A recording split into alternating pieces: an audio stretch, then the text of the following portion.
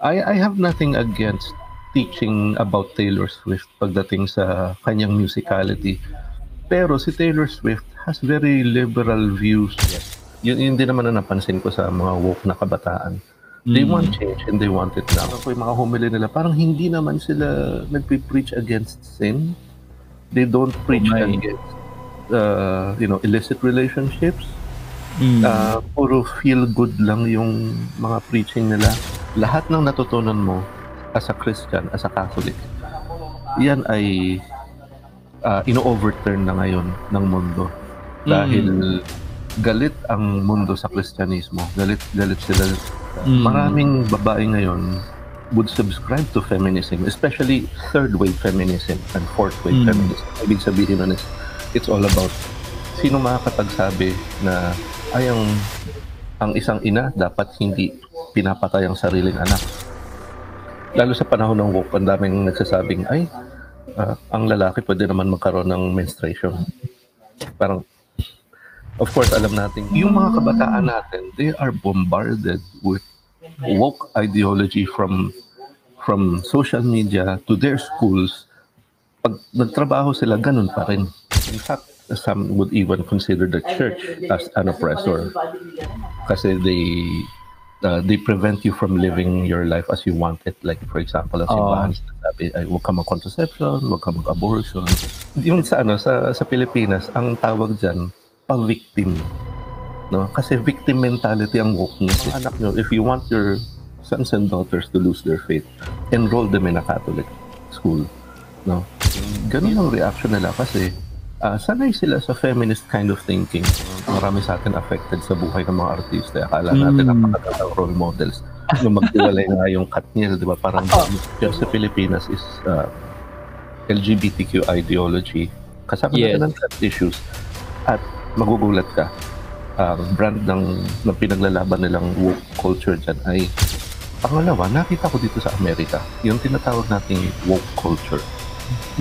Na nagiging mas accepted na dyan sa Pilipinas. All my life, sabihin na natin hindi ako nagpakalalaki. In the name of the Father, and the Son, and the Holy Spirit. Amen. Lord Jesus, we are so thankful and grateful for this day. Maraming salamat po with Brother Anthony for this opportunity para ma-share ang kanyang nalalaman about woke culture. We know, Lord, that this interview will be revelation sa lahat ng mga viewers. Marami silang malalaman na mga wisdom, knowledge na galing po kay Brother Anthony. Today, Lord, we ask for your grace, for your blessing, protection be upon us. Especially, Lord, during our interview, protect us from any kind of harassment and any kind of disturbances, especially sa technology or mga devices na ginagamit po namin ngayon. Lord, today we ask also for the intercession of our Blessed Mother and of Saint Joseph, Terror of Demon, and Saint Michael. In Jesus' name we pray. Amen. In the name of the Father, and of the Son, the Holy Spirit. Amen. Amen. Hello, Brother Anthony James Perez. Welcome sa ating program na Istoryang Katoliko. It's such an honor, brother, na makapanayam ka. Author na libro nito na ginawa mo at ito yung pag-uusapan natin, the man that you are meant to be. So maraming salamat, bro. Thank you sa invitation at thank you, Lord, nandito kami. So currently si Brother James ay nasa all the way from US pa siya ngayon. Yes po. Ako po ay permanent resident dito sa US. Although yung aking minamahal na asawa ay naiwan sa Pilipinas. So, regards sa aking wife, Apple. Yes. Same diocese of Antipolo, yan. Turns out magkapit-bahay pala tayo na di natin alam.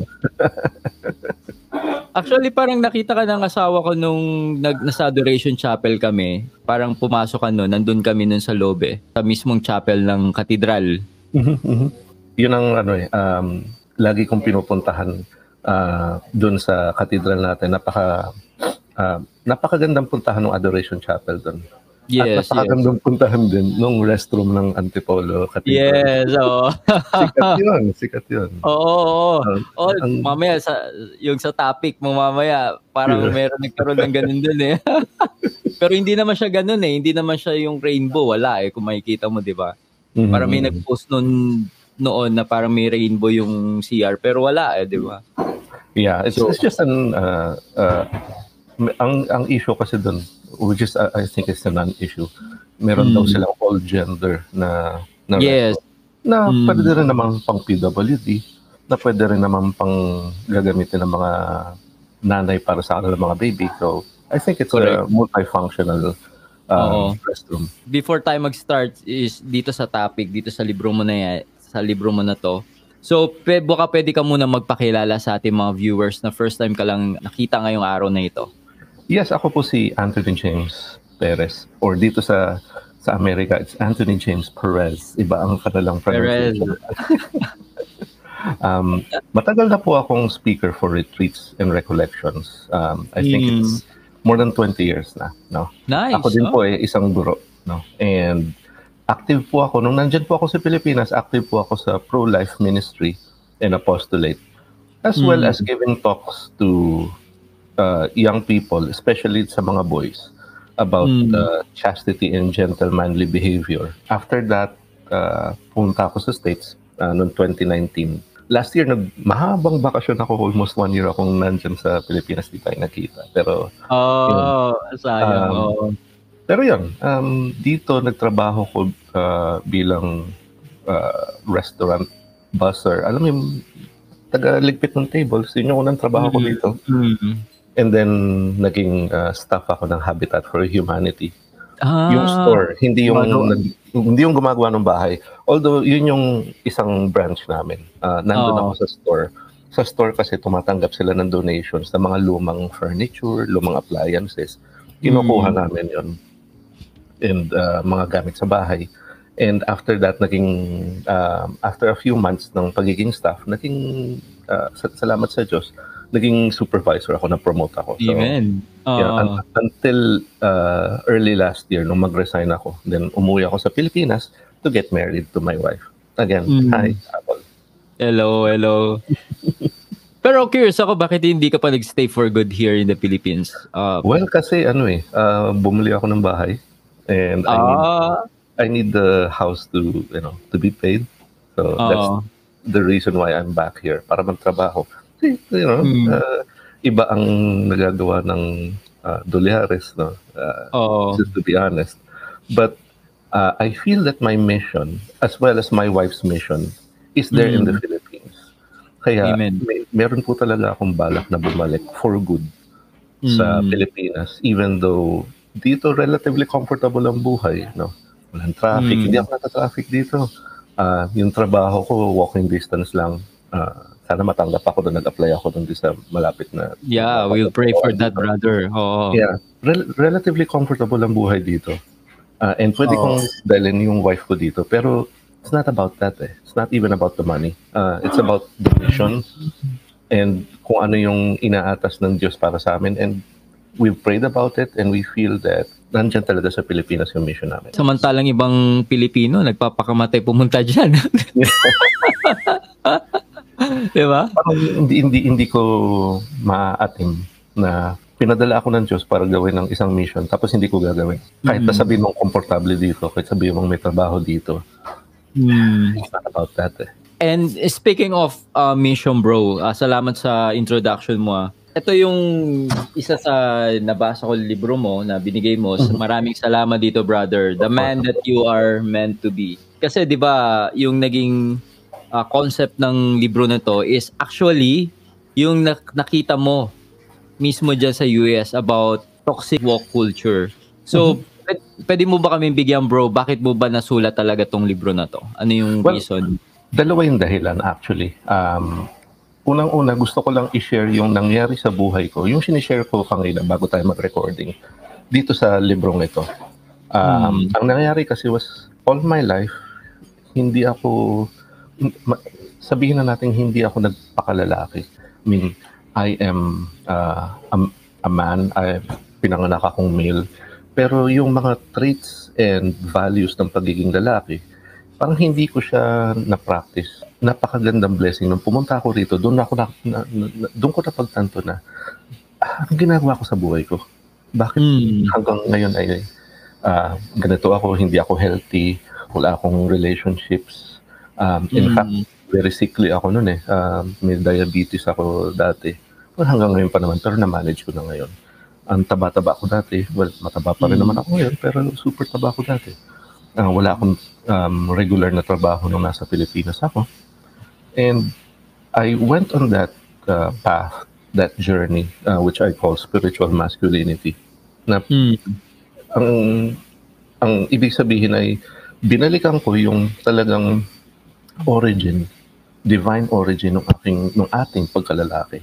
Yes. And sabi ko, ito yung purpose ni God dahil kung bakit ginawa akong lalaki. Ginawa ko yun. And after that, bumukas lahat ng opportunity sa akin, trabaho, yung opportunity to be healthy, and recently kinasal nga ako, no? While dati walang makagusto sa akin. Congrats. So, yeah, thank you.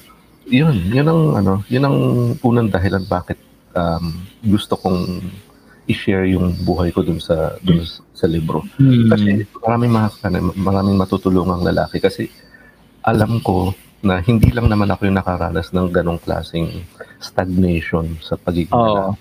Marami pang iba dyan. Pangalawa, nakita ko dito sa Amerika, yung tinatawag nating woke culture na nagiging mas accepted na dyan sa Pilipinas. And I wanted to write the book as a sort of warning na ganito yung nangyayari sa Amerika. Kapag hindi tayo naging careful, yan ang mangyayari sa Pilipinas. Especially those, ang tinatawag nating woke culture is basically it's just liberal progressive values. Let's say for example, mas katanggap-tanggap na ngayon dito sa Amerika at sa Pilipinas yung sinasabing ang lalaki pwede maging babae. Dati nga ang usapan lang ay ang lalaki pwede ikasal sa kapwa lalaki, babae pwede ikasal sa kapwa babae. And dati lang yun, just a few years ago. Pero ngayon mas radical at mas mas grabe na, no?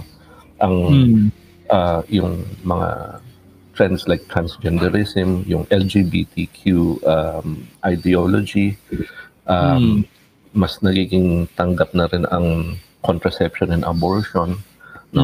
At lalo sa Pilipinas, ang brand ng wokeness ng Pilipinas dito kasi is more on the racism, more on trans issues. Diyan sa Pilipinas is LGBTQ ideology, kasama natin ng trans issues. At magugulat ka, ang brand ng pinaglalaban nilang woke culture dyan ay cohabitation o live-in. Sa Pilipinas, yes.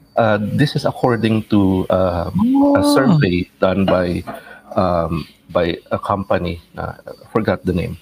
Last May 2023 lang. 6 out of 10 daw ng kabataan, at least yung sa users nila, they identify as woke.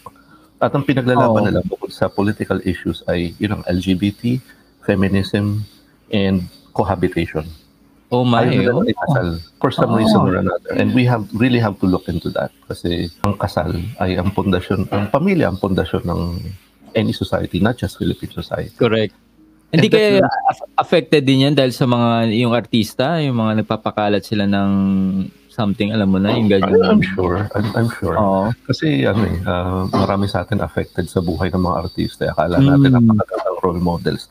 Nung magtiwalay nga yung Katniel, di ba? Parang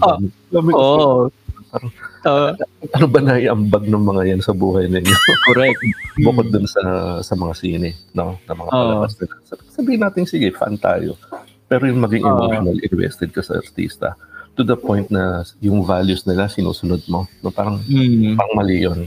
And these are the reasons why sinulat ko yung libro. No? And as a warning na rin sa Philippine society, sa mga family, sa simbahan, na ito yung nangyayari sa Amerika at ito ang mangyayari sa Pilipinas. Parang namulat ka sa toxic woke culture. You may natin ng kasal ng kaibigan mo, tama? That wasn't something recent. That was like 2012, Oo. 2011. Pero nagsisimula na. Oo. For the sake of our audience na hindi pa nakakabasa ng libro, order kayo. Basically, I attended an evangelical wedding. So, hindi siya church wedding. And okay naman. Up to the point na nagsasermon na yung pastor. At yung sermon niya was this passage from St. Paul na wives, submit to your husbands. Hindi ko nga maalala kung English o Tagalog yung pagkaka-deliver niya. Parang mas mabigat pakinggan sa Tagalog. Filipino yung pastor. Yes. Filipino. Diyan pa yun. Diyan yun. Dito. Okay. Makati. And the passage was, wives submit to your husbands. And yung mga bridesmaids, lahat sila, siyempre babae, lahat sila magkakaklase from a Catholic school. Talagang umirap talaga sila. Kasi natawa, umirap, parang, ano ba yan? No? Napaka old-fashioned, napaka outdated. And nakita ko rin yung mga guests, parang hindi sila mapakali. Kasi, who knew that St. Paul and his teachings, na nakabase naman sa gospel, would be controversial in 2012. Lalo pa ngayon. Tama. And I was thinking, ganun ang reaction nila kasi sanay sila sa feminist kind of thinking. Ang babae hindi dapat nagpapasakop sa lalaki, sa kanyang asawa. No? Pero ang context kasi nun talaga is, husbands, you love your wives as Christ loves His church. Na ibibigay mo yung buhay mo dun sa asawa mo. At hindi ba karapat-dapat na equally mag-submit din yung mga asawa, mga babaeng asawa, sa kanila mga lalaking asawa. Pero they never understood the reference. Kasi, ewan ko, no? Sabi nga ni Venerable Fulton Sheen, kung yung mga anak nyo, if you want your sons and daughters to lose their faith, enroll them in a Catholic school. No? Yun ang kahinaan ng Catholic school natin. Hindi lang naman yung particular Catholic school na yun, which I will Grabe, no? Pero, medyo woke na sila nun, medyo may pagka-feminista na sila nun because they were all classmates in this all-girls Catholic school. Clue. Pero, paano pa kaya ngayon? So, that's where I began the book, to reference what was happening 12 years ago, and kung ano talaga mentality ng tao ngayon. Oo. Pero ano ba yung naging origin? Saan ba nag-origin yung toxic woke culture na yun, bro? Bakit siya tinawag the woke? Something like that. Yung mga, especially sa mga hindi familiar talaga sa ganito. Well, ang ibig talaga sabihin ng woke ay mulat. No? Mulat sa katotohanan ng injustice sa society. At kailangan mong isipin na ang injustice ay ingrained sa lahat ng sistema ng lipunan. Okay. Medyo technical, no? Medyo mahaba din yung history kung bakit tinawag na woke. Basically, nagsimula siya dito sa Amerika with the concept na ang mga itim noon pa yun, racist. Yes. Ay kawawa dahil sa sistemang racist sa kanila. And that was before. And honestly and objectively speaking, na-discriminate talaga sila nung time na yon. But at this day and age, kung saan napaka-equal na ng opportunities for everyone, tas ini-insist pa ng mga tao that there is such a thing as systemic racism. Yun ang and systemic injustice laban sa hindi lang sa mga itim. Eventually, itong konsepto ng woke nag-expand na from racism hindi lang sa mga blacks kundi sa mga American natives, Native Americans, sa mga Asians, sa iba pang mga racial minorities. Nag-expand na rin siya to say na ang mga oppressed group ay kasama ng LGBT, kasama na dyan ang mga babae dahil may patriarchy na tinatawag na oppressors daw ang mga lalaki, especially mga white rich people. Sila ang mga pinakamalakas na oppressors daw under their concept of woke. So Black Americans, racial minorities, LGBT, women, sino pa ba yung mga oppressed? Meron pa yung mga obese people. There's such a thing as fat acceptance. Okay. Ang konsepto niyan is, mataba ako, anong gagawin mo? I'm beautiful. You should accept me for what I am. Yun ang, kung napapansin mo, bro. Ganun ang trend ngayon eh. Kapag there's so many magazines, so many media outlets that portray hindi lang yung chubby, very obese people as beautiful. And for me, it's not about beauty. It's about health. Pero, they feel oppressed daw kasi hindi sila represented. No? So ngayon, kahit mga Victoria's Secret, alam mo yung mga lingerie company, they're having very obese models as their models ngayon. Hindi katulad ng panahon natin na mga balingkinitan yung mga babae. Yes. Mga bilbil, ganun. So, in short, ang woke culture says there is an oppressor na nag-o-oppress sa mga taong ganito. Yung sinabi ko, yung mga racial minorities, LGBTQ, babae, obese, and even Mother Nature, actually. Yun ang narrative ng wokeness, na may oppressor at may oppressed. Oh, so ibig sabihin nung time ng Black Lives Matter, yung yes, nagsimula yan maging aktibo sa consciousness ng mga tao because of Black Lives Matter, dahil na rin nag-explode yung ganitong konsepto sa Twitter at sa social media. Yeah, so ayan, meron silang ganitong konsepto ngayon. And by the way, if I may add, ang isang tawag sa wokeness or wokeism is also called cultural Marxism. Medyo malalim na konsepto. Pero cultural Marxism? Kasi sa traditional Marxism, ang oppressor mo ay yung mga business owners, yung may-ari. Correct. May-ari ng kumpanya. Mga globalist. Ang oppressed ay yung mga manggagawa. Pero sa cultural Marxism, ang oppressor mo ay yung mga puti, mga lalaki, patriarchy, yung mga business owners again, at yung oppressed, yung sinabi kong grupo, yung mga babae, yung mga LGBT, mga obese, mga racial minorities. Yung sa Pilipinas, ang tawag dyan, pa-victim. No? Kasi victim mentality ang wokeness eh. Kaya pumasok na rin sa kaisipan natin, sa kamalayan natin, ang wokeness. Kasi meron na tayong mga words for that, pa-woke, pa-victim. Kasi wokeness is victim mentality. Na hindi ako makausad sa buhay ko dahil may humaharang sa aking progreso. Sino yan? Yung mga lalaki, mga bastos na lalaki. Although, syempre, may mga lalaking may toxic masculinity. In fact, some would even consider the church as an oppressor kasi they prevent you from living your life as you want it. Like, for example, ang simbahan sinasabi ay huwag ka mag-contraception, huwag ka mag-abortion. And because of that, sinasabi nilang oppressor din ang simbahan, lalo sa mga babae. Pero yung mga nag-embrace na itong culture, bro, intentionally, alam ba nila to? Or subconsciously, subtle yung... That's a nice question. Kasi saan ba nanggagaling ang woke culture? Unfortunately, it's not primarily from young people. Although young people get it from...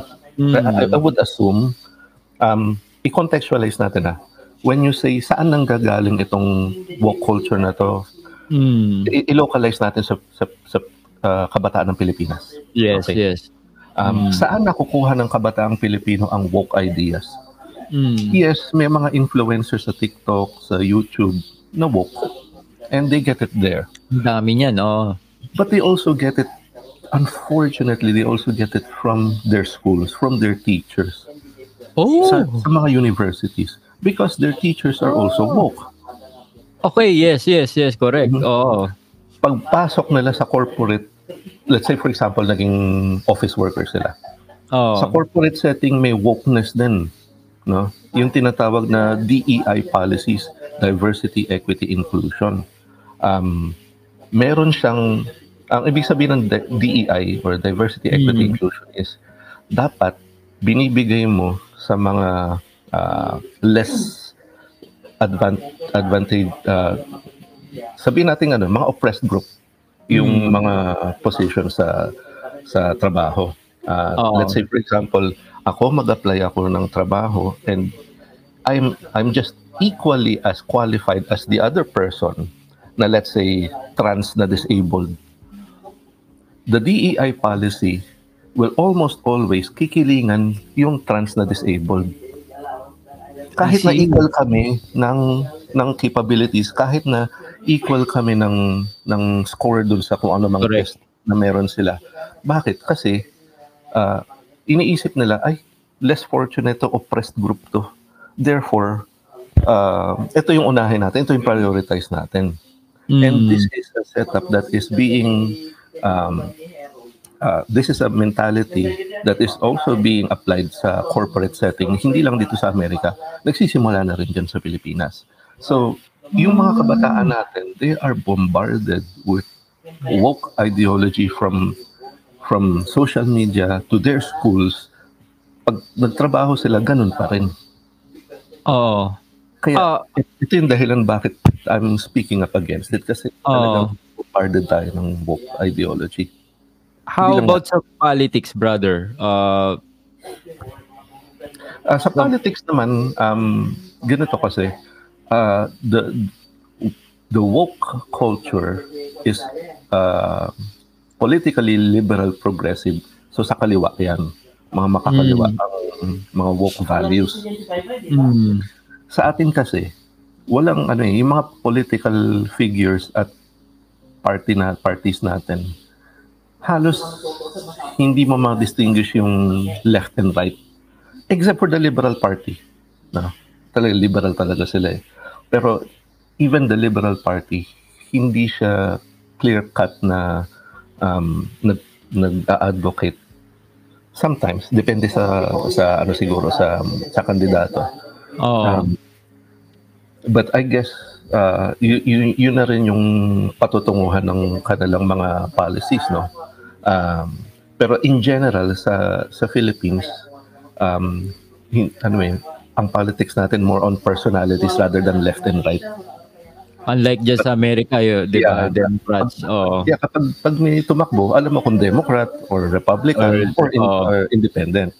Now, yung the closest thing we have pagdating sa politics na nag-advocate ng woke values is yung Liberal Party. Although hindi ko masasabing they completely do it. No? I'm also not aware whether they do it completely. No? So, but I think many of them advocate for woke policies as well. So, brother, ano ba yung sa tingin mo ibig sabihin ng spiritual masculinity para sa isang katolikong lalaki ngayon? Yes, spiritual masculinity is to distinguish it from toxic masculinity. Kasi pag sinabi mong toxic masculinity, toxic sila sa mga babae at toxic sila sa kapwa lalaki. Spiritual masculinity is not so much like kasi may mga cultural trends ngayon like kailangan maging alpha male ka, kailangan maging sigma male ka, ganyan. Tama. Macho, spiritual masculinity, yes, is actually just going back to the roots of why we are male to begin with.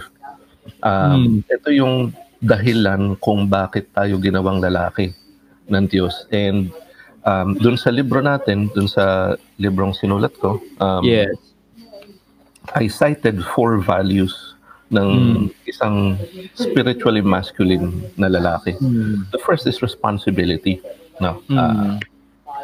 Ang pagkalalaki ng isang tao ay hindi nakikita sa kanyang muscle, hindi nakikita sa dami ng babae o lalaking kanyang nagiging jowa o nakakabit niya. Ang pagiging lalaki ay nagiging nasusukat sa kanyang pagiging responsable sa kanyang pamilya, sa kanyang komunidad at sa kanyang sarili. And this is the first value. Second is second value ng spiritual masculinity is sacrifice. Dapat marunong ka magsakripisyo. At dapat yung sakripisyo mo, iniaalay mo sa Diyos. Kasi merong sakripisyo na for example, magtatrabaho ka ng workaholic ka. Sakripisyo din naman yun pero para saan? Para makapag-party ka, para makapambabae ka. No? Yun ang tinatawag na work hard, party harder. Hindi yung sakripisyong sinasabi ko. Ang sakripisyong sinasabi ko is para sa kabutihan ng mga taong nakapaligid sa iyo, ng pamilya mo, ng komunidad. At iniaalay mo sa Diyos ang sakripisyo mo para magkaroon ng kahulugan ang iyong suffering. No? So yun ang brand ng sacrifice na ina-advocate ko dyan, yung values sa libro. Pangatlo ay yung pagmamahal sa katotohanan. Lalo sa panahon ng woke, ang daming nagsasabing, ang lalaki pwede naman magkaroon ng menstruation. Parang, of course, alam nating mali yun, pero how many of us would risk being cancelled and say, no, mali yan? No? Sa ngayon, sa Pilipinas, ang dami pang nagsasabi nun. Pero who knows, 5-10 years from now, tatanggapin na rin nila yun as gospel truth. Sino makakapagsabi na ang isang ina dapat hindi pinapatay ang sariling anak? Mahirap makancel ngayon. Nakakatakot. Dahil pwedeng makancel ka tapos mawalan ka ng trabaho. No? Nangyayari yan dito sa Amerika. Nangyayari yan sa Pilipinas. Kaya marami na rin na natatakot magsalita ng katotohanan. Pero sinasabi ko doon sa libro na dapat hindi ka takot na magsalita ng totoo. Kasi matatakot ka makancel ngayon tapos hindi ka magsasalita. Pero pagdating ng panahon, kapag huhusgahan ka na ng Panginoon, hindi ka ba natatakot makancel? No? Takot ka makancel ngayon pero hindi ka takot sa judgment din. Yeah. Ayaw ni Lord ng lukewarm. Yeah. And lastly, ang panghuling value na nilagay ko dito sa libro ay yung temperance o yung pagtitimpi. Sa ngayon kasi, yung mga lalaki, alam mo yan, yung... Wala nang self-control. Walang self-control, no? Parang aso na. May kasabihan tayo, diba? Palay na nga yung lumapit, ayaw mo pa. Hindi yun eh. No? Gagawin mo kung ano yung tama, hindi yung kung ano yung madali, kung ano yung... Tama. Yung inuudyok ng laman mo, no? And these are the 4 values na sinasabi kong nakapaloob sa spiritual masculinity. At ito rin naman ang values na pinakita ng Panginoon. He was responsible enough to bear the sins of the world sa kanyang shoulders. He sacrificed himself on the cross willingly and joyfully. Siya ang katotohanan mismo. He preached the truth kahit na alam niyang galit sa kanya mga Pariseo. And he was a man like us. Diyos siya na nagpakatao in all things but sin. Nakakaramdam din naman siya ng temptation pero hindi siya nagpadala sa temptation. So yung 4 values na yon ay pinakita rin naman ng Panginoon. So kung pinakita to ng Panginoon na lalaki, bakit hindi ko to gagawin? So dahil nga marami ng mga lalaking ngayon, di ba? Hindi mo alam kung lalaki ba or spineless man. Dahil dyan nag-ugat yung mga feminism, di ba? Dahil wala sila makitang maayos, sabi nila. You bring up a good point. Maraming babae ngayon would subscribe to feminism, especially third-wave feminism and fourth-wave feminism. Ibig sabihin nun is, it's all about bodily autonomy. Ibig sabihin, gusto kong... my body, my choice, basically. At dapat inclusive tayo sa mga trans. Ganyan. And these are ideologies na hindi compatible sa ating pagiging Kristiyano. And you bring up a good point there na sinasabi mong dahil spineless ang mga lalaki ngayon, dahil toxic sila, laganap ang feminism at mga ganitong ideologies. And that's true. That's true, actually. Kasi kung naging maayos naman tayong mga lalaki, makikita yan ng mga anak natin na ito yung tatay ko, this is an example of a man who fights for Christian values. Bakit bakit ako magsusubscribe sa isang ideology na labag sa values na pinakita ng tatay ko? Na masaya kami ng pamilya. He is a solid father figure, and therefore I don't have to say that all men are toxic, no? So yes, it's true na ang kakulangan ng tunay na lalaki ang isa sa dahilan kung bakit meron tayong mga ganitong ideologies right now. Dahil walang lalaking nagpapakalalaki, kaya meron din pumapatol na lang sila sa ibang same sex. This is interesting, no? Di ba pareho tayo naka-attend ng SAFE? Yes. At the family. That SAFE program, God bless you, Father Greg. No? He started it. Ang isa sa pinakatumatak sa akin doon sa SAFE program is because of contraception, na iba ang pananaw ng sangkatauhan pagdating sa sex o pagtatalik.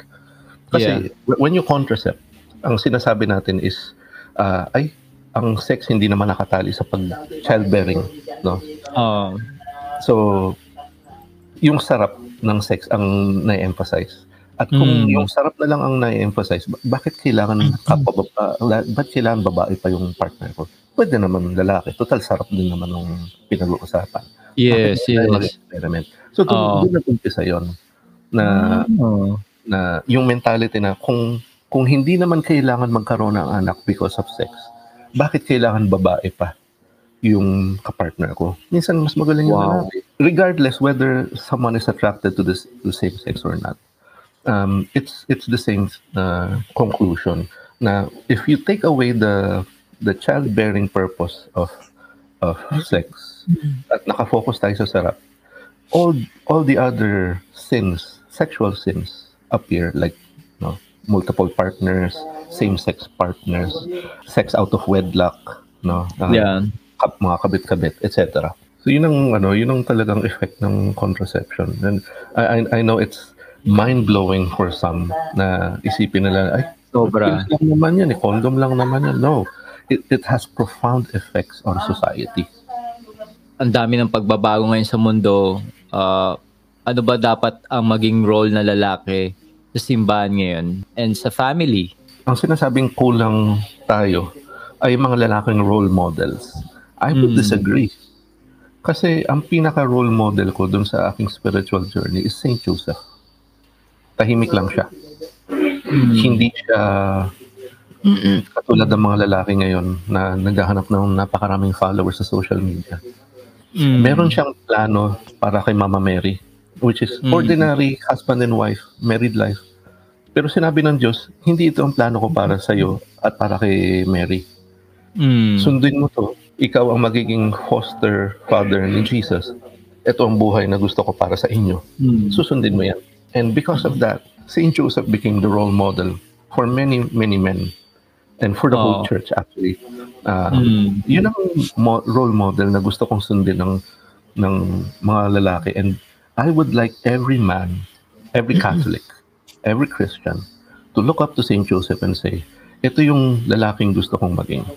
No? Kung ano man yung mga virtues niya, mga values niya, ito yung susundin ko. Temperance, responsibility, yung pagsasakripisyo. No? So, yun ang role ng lalaki. No? Kasi, pag tayo naging nagpakalalaki, yung mga anak natin will see that we are perfect role models for them at hahanap sila ng asawang katulad natin. So, hindi lang basta-basta, na hindi yung nang-aabuso, hindi toxic. No? We're grateful for Father Don Calloway for creating the consecration to Saint Joseph. I admire that priest so much too. Oo. Actually, yun nga, yung speaking of Saint Joseph, nung ako, same story like you parang wala akong direction sa buhay, naging single dad nga ako at the age of 21, alam mo yun, yung nagkaroon ako ng spiritual awakening. Actually, si Saint Joseph talaga yung parang tinawag ko nun para tulungan ako ayusin ang buhay ko. Eventually, things get better and mas nalaman ko yung sinasawag ng selfless at sacrifice. Yeah. And yung sinasabi mong things get better, dyan sa libro, I stated, kung meron kang gustong regalo, if you want a gift, you have to be prepared for that gift. Amen. Yun ang hindi ko na-realize for most of my life. Gusto ko nang mabait at mapag-arugang asawa. But I was not worthy of it. Ideal, di ba? Oo. Diba? Paano ibibigay sa'yo ng Diyos kung hindi ka ready para doon sa gift na yun? So, gusto ko ng magandang trabaho. Hindi naman ako naghahanap. At hindi ako fit para doon sa trabahong yun. Sinasabi ko kanina, napakataba ako dati. Nung nangayayat ako, nung naging fit ako, doon ako binigyan ng trabaho na napaka-challenging but very fulfilling para sa akin. Wow. Naging trabaho ko nun is kargador doon sa Habitat. Kasi pag nagdadala sila ng donation, mga sofa yan mga refrigerator. Of course, you have the tools, but eventually it all boils down to, kung gaano kalakas yung katawan mo. And nakaya ko yun. Nakaya ko yung trabaho yun. And all my life, I thought I was a less physical man. Napaka-fulfilling para sa akin na sinasabi ng customer, ang lakas mo naman, no?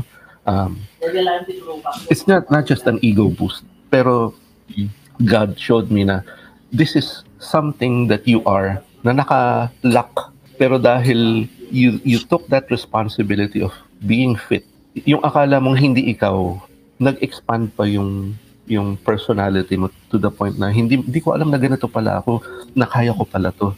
So, be prepared for that gift that you ask. So, yung naging realization mo is, ito pala, doors of possibilities will open to me once I accept my role as a man. So, yun ang nangyari sa'yo. Yung mga expectation sa ating mga lalaki, nakakagulat lang kasi 'di ba merong kunyari may mga idol kunyari si Wolverine na nalaman mo yung nangyari sa kanya, yung si Jack biglang nag-reveal siya na gay pala siya. Ano yung mapapayo mo sa mga ganitong pagkakataon, bro, na syempre 'di ba parang lalaki tapos biglang bumigay. Ang dami na siya shock diyan Pati si Superman daw bumigay na sa ibang mga seryoso? Yeah. Parang a few years ago may ganong klaseng storyline na pala siya, gay pala siya.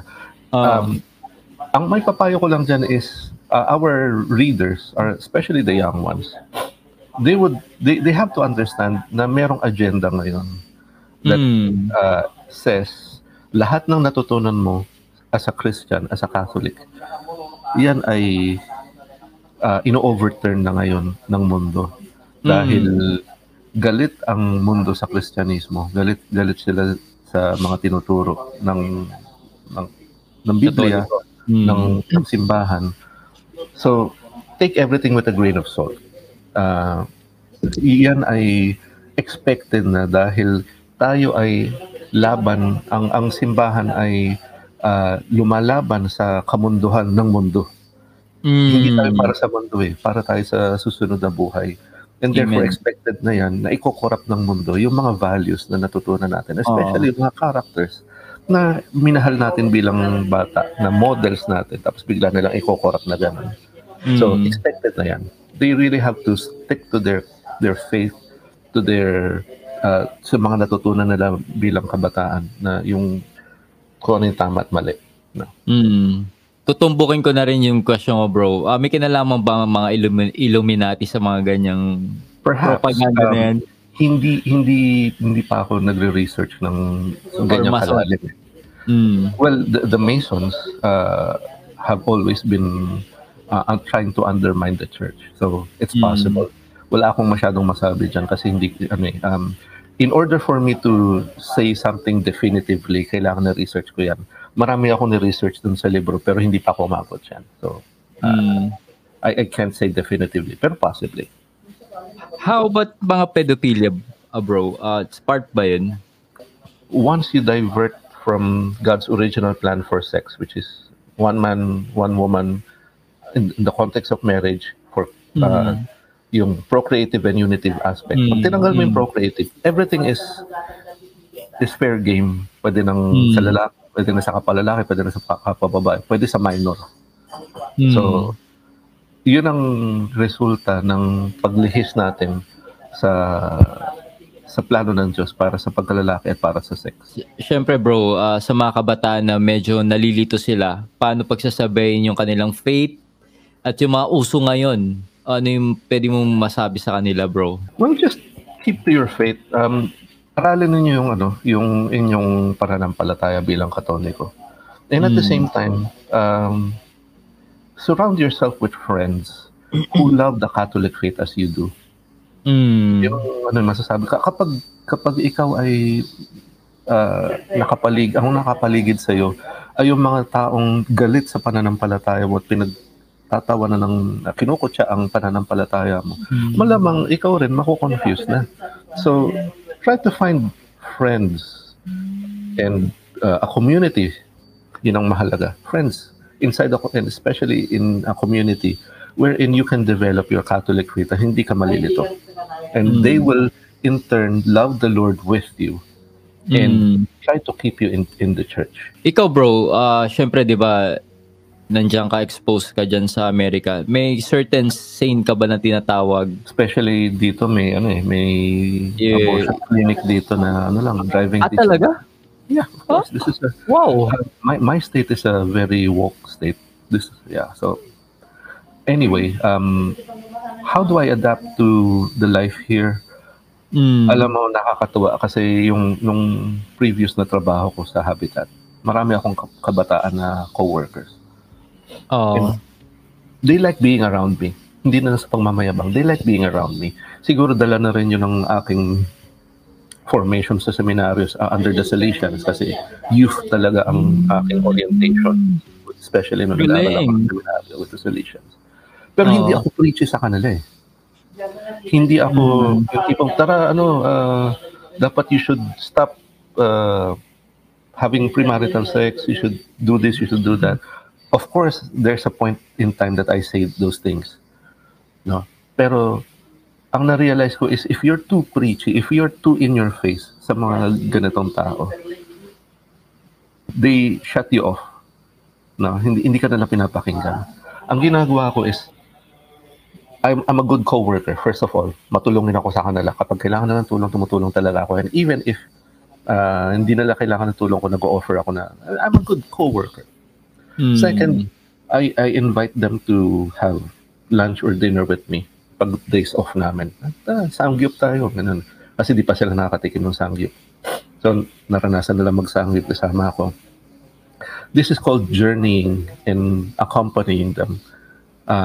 Eventually, nung naging ka-close ko sila, sabi na, bakit ka sumasama sa amin? Napaka-religious mo pala talaga. Why not? You're young people. You have your life ahead of you. Sasamahan ko lang ba yung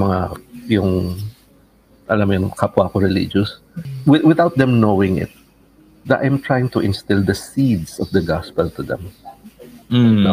Ang expectation kasi natin is, maging Katoliko ka, dapat ganito ka. No? Correct. No. You plant the seed. It's the Holy Spirit that waters that seed so it may grow.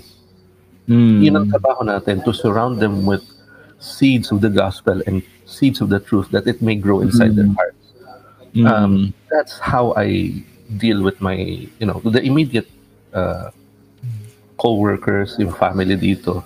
Yun ang ginagawa ko. I'm not really very preachy to them. No? Pero I just try to live my life as best as I could as a Catholic man faithful to the gospel. Dito rin, meron nun akong opportunity to join pro-life groups. Pero dahil busy sa trabaho, hindi ko naman magawa. Pero hopefully, in the future, makasali ako sa kanilang mga projects. Sa mga mega church pastor or mga evangelical, paano mo malalaman na yung isang preacher pastor ay nagpipreach ng woke? Meron bang particular na ganyan? Well, expected ko naman sa kanila yon eh. Dahil ang tendency sa kanila is to preach what the crowd, what the flock wants to hear. So, kapag gusto nilang marinig na okay lang naman ang ganitong klaseng relasyon, they might as well preach it. Or at best, iiwasan nila yung ganong klaseng preaching. Okay.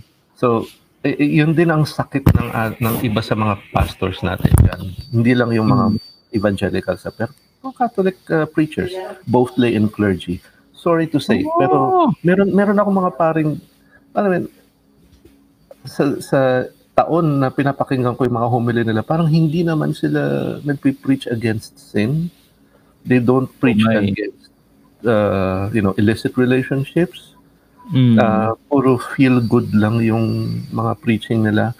Nagsasaktan ng kalooban ko dahil for someone like me who preaches both sides, like the positive side of Christianity and conversion, nahihirapan ako dahil mas sikat sila, mas pinapakinggan sila dahil ito yung sikat, ito yung hindi masakit pakinggan. Pero sinasabi ko yung totoo, no? So basically, yun ang problema, not only among mega churches, pero with the whole church itself, na not too many people are preaching the need for repentance. That's why importante na itong klaseng message, syempre ma-expose, malaman natin ng mga, especially ng mga kabataan ngayon na very exposed na sa ganitong culture, and mga influencer, nakita naman natin, di ba? Mga vlogger ngayon, yung binabasa ko si libro mo, talagang yung sa mga content nila, yun yung mensahe nung content nila, di ba? Kaya dapat maging mapanuri din tayo sa mga influencers na ifa-follow natin. Buti sana kung lahat katulad mo na very thank you, bro. Very Catholic, no? And hindi takot na magsabi ng katotohanan kahit na makancel sila. So, yun ang mensahe ko sa mga kabataan, no? Ang dali-dali kasing pindutin yung follow button. Ang mahirap is panoorin muna natin lahat ng content nila. Baka naman unti-unti tayong nilalayo sa katotohanan, unti-unti tayong nilalayo sa ating pananampalataya. So wag basta subscribe o follow ng follow. Suriin niyo muna kung maayos yung influencer. At yun, parang nakikita ko rin pattern ngayon din sa kabataan. Parang tingin nila sa mundo instant, madali, success, faith. Diba? No? They want good life pero hindi nila alam yung real work, yung hard work behind that. Parang tingin nila madali lang ang buhay. Yan yun din naman ang napansin ko sa mga woke na kabataan. They want change and they want it now, no? I think it really boils down to, being young, being naive. Sorry for the word, pero nothing works that way. Yung mga aktivista, bro, tingin mo ano yun? Part din ba yan? Depende sa aktivista. Yung aktivista na nakikita natin sa Mendiola, of course, they sa UP. Makakalawang aktivista. They work for they work for the advocacy of for the workers. Meron mga aktivista ng LGBT na they work for they advocate for yung equality daw especially with the SOGI bill na tinatawag, no.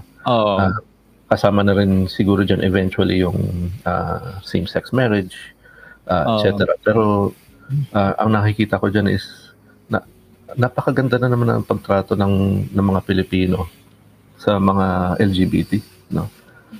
You get the occasional discrimination here and there, like yung pang-aasar, pang-bully. Pero for the most part, wala namang company na who would not hire just because you're LGBT. Very few companies do that. So, depende sa aktivista na pinaglalaban. So mga ka-faith, a quick promotion lang ng bagong libronet ni Brother Bo Sanchez. Multiple income streams, How I Created 7 Money Machine, and How You Can Too by Brother Bo Sanchez. At kung di nyo po kilala si Brother Bo Sanchez, sino bang hindi nakakilala sa kanya na isang sikat na Catholic preacher, influencer at motivational speaker. At kilala rin si Brother Bo Sanchez na isang magaling na financial teacher, kaya sinulat niya itong multiple income streams. Good news mga faith na itong librong ito ni Brother Bo Sanchez ay libre lang po ito. This is for free, pinamimigay niya to ng libre sa mga interested po na magkaroon ng libreng copy ng librong ito ni Brother Bo Sanchez. Alam nyo, nung binabasa ko to, ang dami ko natutunan dito ng mga teachings ni Brother Bo. Siya yung naging way at naging dahilan para magawa kong full-time itong ginagawa ko bilang isang online content creator. Dahil doon nakapag-build ako ng 4 na sources of income, kaya ako nagagawa itong ginagawa ko ngayon. At yung mga teachings na yun ay nandito sa libreng libro na to ni Brother Bo Sanchez. Para magkaroon kayo ng libreng copy na to, ilalagay ko yung link sa taas or sa baba ng video na to. Kailangan nyo lang ay sagutin yung shipping fee, pwedeng through credit card or kung GCash kayo magbabayad, piliin nyo lang yung DragonPay, makikita nyo option dyan. Thank you and God bless. Ano ba yung tingin mo, opinion mo sa recent na approval ng Vatican about blessing of gay? Ano yung tingin mo dito? Especially sa na ko-confuse, nalilitod ngayon sa ating mga viewers na mga Katoliko. Well, wala naman sinabing bago yung yung fiducia supplicantis. Oo. So maraming kampo na nagsasabing ay it will open the gates to blessing same-sex couples, pero ang sa akin it's pareho lang naman din yung tinuturo nun. You are blessing the couple, but not you're blessing the individuals, not the relationship. Ang iniisip ko lang nun is, for example, lumapit ba yung or for example nasa misa sila, bawal bang itong blessing na to, yung di ba sa yung huling blessing sa misa. Fine.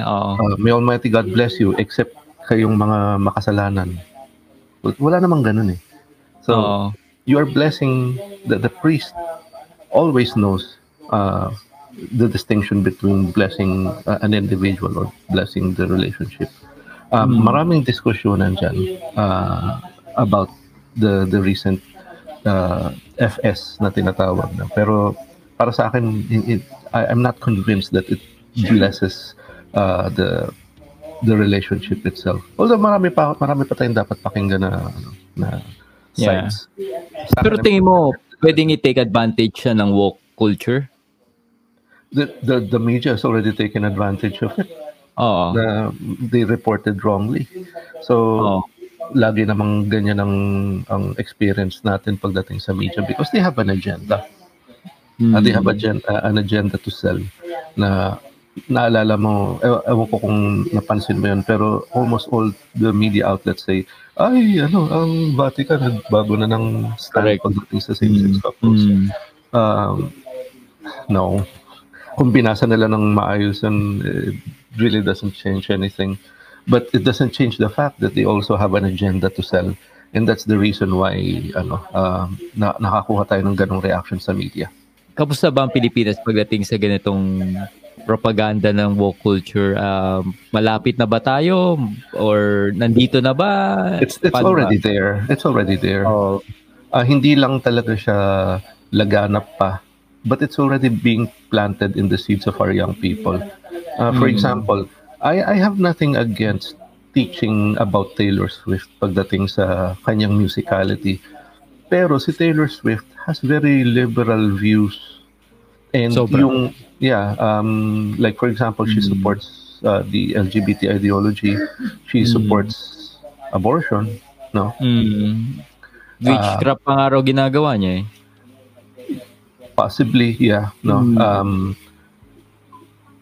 Ang ayoko rin is yung tinuturo yung tungkol kay Taylor Swift sa framework ng woke ideology, which is yung intersectionality, which is another term for kung paano ka magiging oppressed at victim. So, at mahabang usapan yun eh. Kung meron akong magiging project is kung gusto ko magkaroon ng separate talk about that, no? Yung intersectionality and Taylor Swift and all that, no? Para lang ma-counter yung ganitong mga klaseng katuruan. Siguro bro, ano yung mapapayo mo sa mga magulang paano protektahan yung mga anak nila sa mga ganito? You have to fulfill your obligation and duty as the first teachers of your first and primary teachers of your children. Sa inyo dapat nanggagaling ang katekismo. Sa inyo dapat nanggagaling ang mga values na isa sa buhay ng mga anak ninyo. Huwag niyong iaasa sa teacher. Kasi yung teacher, malay nyo, woke din yan. Malay nyo, feminista din yan. Yun hindi nakakatakot, no? Yes, hindi porket nasa Catholic school ka, makakasigurado ka na yung teacher ay walang ituturong hindi taliwas sa Katolikong pananampalataya.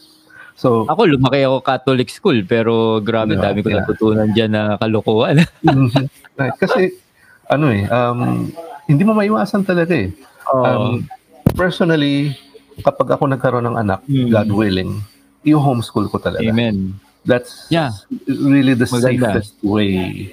Matrabaho siya. Kasi, sacrifice talaga yan. Yeah, kasi yung isa dapat magtatrabaho, isa mag-homeschool, magtuturo sa bahay. But it's something that we're planning. My wife and I are planning. Homeschooling is, I'm not sure if it's really for everyone, pero it's the next best thing, I guess. Just to make sure that your sons and daughters really are formed by your values and by your Catholic faith. Paano naman sa social media, brother? Siyempre, very exposed din ang mga kabataan dyan. Wag niyong hayaang mag-social media ang anak niyo until they're ready. And by ready, I mean emotionally ready and spiritually ready. Kasi ang daming temptations pagdating sa social media. Andiyan yung temptation na mainggit. Andiyan yung temptation na mag-objectify ng mga tao. So, ako if it were up to me, dapat legal age na yung mga bata before mag-social media. Why you love being Catholic? I love being Catholic because it preaches the truth. In the Catholic faith, meron tayong natututunan ng mga totoo, the true, the good, and the beautiful. You can see that in all other religions and all other aspects, but it's the Catholic faith that teaches primarily what is true, good, and beautiful. And it's the church that is established by Jesus himself. And that's why I love being Catholic. Tayo din yung simbahan na patuloy na naninindigan sa anong tinuturo. Kunyari na woke culture, di ba? Hindi tayo tayong We should not waver against it. Despite of cancellation. Yeah. Nagiging projection ngayon ng mga kabataan na pag ang Katoliko kontra bida eh. Yung ganung yung idea na yun yung parang na i-infiltrate sa mga isipan nila, nada-download sa isipin nila pag simbahan ay KJ yan. No. Actually, kapag yun ang maling tinuturo ng mundo. Ang tinuturo ng simbahan is gawin mo to, you live by this, you live by the commandments, you live by the catechism, it will ensure your happiness and your fulfillment in life. Baka gusto mong i-promote itong libro mo sa ating mga viewers, nila ba pwedeng ma-avail? The man you're meant to be, you can message me at available na rin sa Shopee. It's only for 375 pesos. Good. Ayos yan, ayos. Oo. Ilalagay ko na yung link, bro. Kung nila pwedeng ma-avail yan. Thank you. Meron din kaming page dyan at Manhood Reclaimed. That's another one. And Youth for Life. And any last word, brother, sa ating mga viewers ngayon? Just live by the truth. Huwag kayong matakot na ma-cancel. And always live out especially if you're a man watching this, you buy my book and always live by the purpose of your manhood, which is responsibility, sacrifice, temperance, and living by the truth. God bless you. Amen. And brother, baka pwede kami humingi sa'yo ng closing prayer. In the name of the Father, Son, and Holy Spirit. Amen. Lord, Amen. We thank you for this opportunity to preach about masculinity and the divine origins of our being man. We ask you to bless all the viewers of this page, as well as the admins and everyone who's working on this team. Bless them, and may they prosper, and may they always be blessed because they are preaching your word, and give them strength to always do this with faithfulness and joy. We ask this all through Christ our Lord. Amen. Amen. In the name of the Father, Son, and Holy Spirit. Amen. So, thank you so much, Brother Anthony, and hope to see you in person pagbalik mo dito sa Pilipinas. Yes. And I will always pray for you. Thank you. God bless, brother. Bless.